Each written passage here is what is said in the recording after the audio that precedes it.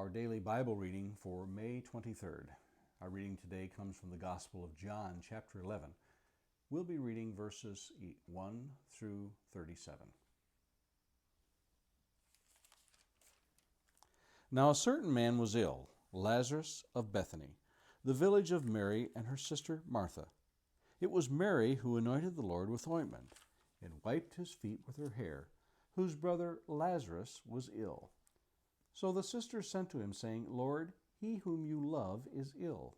But when Jesus heard it, he said, This illness does not lead to death. It is for the glory of God, so that the Son of God may be glorified through it. Now Jesus loved Martha and her sister and Lazarus.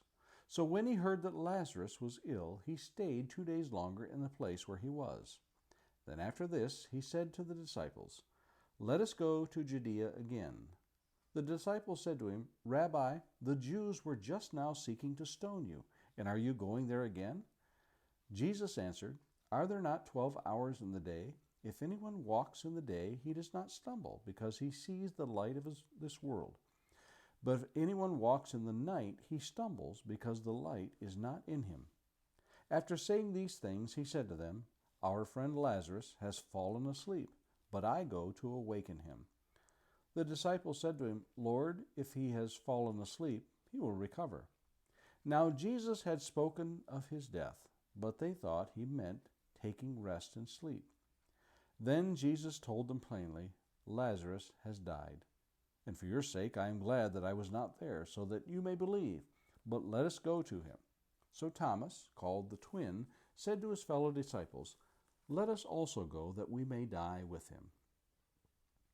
Now when Jesus came, he found that Lazarus had already been in the tomb 4 days.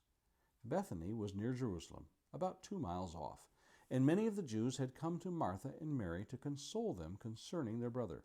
So when Martha heard that Jesus was coming, she went and met him, but Mary remained seated in the house. Martha said to Jesus, Lord, if you had been here, my brother would not have died. But even now I know that whatever you ask from God, God will give you. Jesus said to her, Your brother will rise again. Martha said to him, I know that he will rise again in the resurrection on the last day. Jesus said to her, I am the resurrection and the life. Whoever believes in me, though he die, yet he shall live. And everyone who lives and believes in me shall never die. Do you believe this? She said to him, Yes, Lord, I believe that you are the Christ, the Son of God, who is coming into the world. When she had said this, she went and called her sister Mary, saying in private, The teacher is here and is calling for you. When she heard it, she rose quickly and went to him. Now Jesus had not yet come into the village, but was still in the place where Martha had met him. When the Jews who were with her in the house, consoling her, saw Mary rise quickly and go out, they followed her, supposing that she was going to the tomb to weep there. Now when Mary came to where Jesus was and saw him, she fell at his feet, saying to him, Lord, if you had been here, my brother would not have died.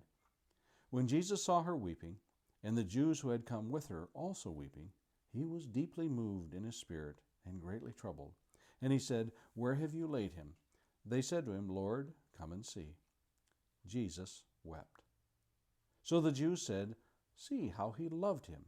But some of them said, Could not he who opened the eyes of the blind man also have kept this man from dying? And our thoughts for today. Someone once said, Show me your friends and I'll show you your future. For Mary, Martha, and Lazarus, their friendship with Jesus would have eternal benefits. We often think of Jesus' time on earth as all business, and for sure he was about the Father's business. But we also see a tender side of Jesus at times. We don't know how exactly the relationship with these three began, but we do know theirs was a very special one. On several occasions we find Mary and Martha interacting with Jesus. Martha is the lesser known, though thought to be the oldest because she was the hostess in Luke chapter 10. We find in verse 38 there, Now it came to pass as they went that he entered into a certain village, and a certain woman named Martha received him into her house. Mary is mentioned most in the gospel accounts. Her devotion to Jesus is unprecedented. Jesus commends her for her interest in eternal and spiritual affairs.